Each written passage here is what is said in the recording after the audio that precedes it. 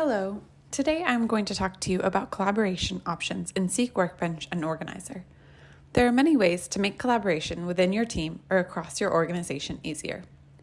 To get started, I'm going to open a workbench with an analysis that I'd like to share with my colleague. This workbench is currently private to me. To share this workbench and allow my colleague to contribute to my analyses, I'm going to click on this Share option in the top right corner. I am listed as the owner, and because of that, I have read, write, and manage capabilities. If I wanted to share this workbench with my entire organization, I can grant them the associated access. In this case, I just want to share with one colleague, so I will search for their name. Note that you can also search for a group in Seeq as opposed to an individual. So if I wanted to share this with an operations team or a test group, and I have them created as a group in Seeq, I can search for that here. Once I find my colleague, I can give him whatever access I want. In this case, I will grant read and write so that they can see and make changes but cannot manage the workbench. If I have a group assigned and want to check if a specific individual is in that group, I can do so with the Check Access option. I also have the option to directly send colleagues links to the content.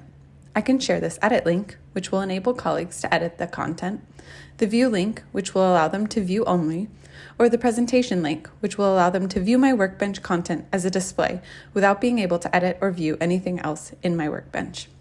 Once my colleague has access to the workbench, I can make collaborating easier by using the Seeq Journal tab. This is where I can leave notes and links to work steps of my analysis so that my colleague can get up to speed on what I've done. Similarly, as they make changes, they can leave notes or relevant information.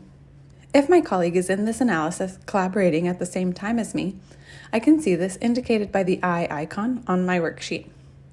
Any edits that my colleague makes will live update on my screen as well for the worksheet that we are both in. Now that I have my workbench shared, I'm going to jump to my organizer topic with a summary dashboard that I've created to share with my colleague. To do this, I have similar options as in Workbench. By navigating to the Share button in the top right, I can access the Edit, View, and Presentation links, or grant access to specific people or groups. Alternatively, in Organizer, if I want my dashboard to be updated and sent out to the team every Monday before our shift meetings, I can do so by creating an auto update option. Here, I will configure a new date range for this content. I will have it showing a period of 1 day and configure it to send out once a week on Mondays at 8 a.m. right before our 9 a.m. stand-up, so my colleague will have time to review content before we meet. I will allow a PDF of this dashboard to be sent along with the email. The email will contain a link to the organizer content as well as a PDF of the content. Now I will add either an individual recipient or a group, if relevant, to receive this email every time my content updates. Now we've seen a few ways to collaborate across teams in Seeq, Workbench, and Organizer. For additional questions, check out support.seeq.com.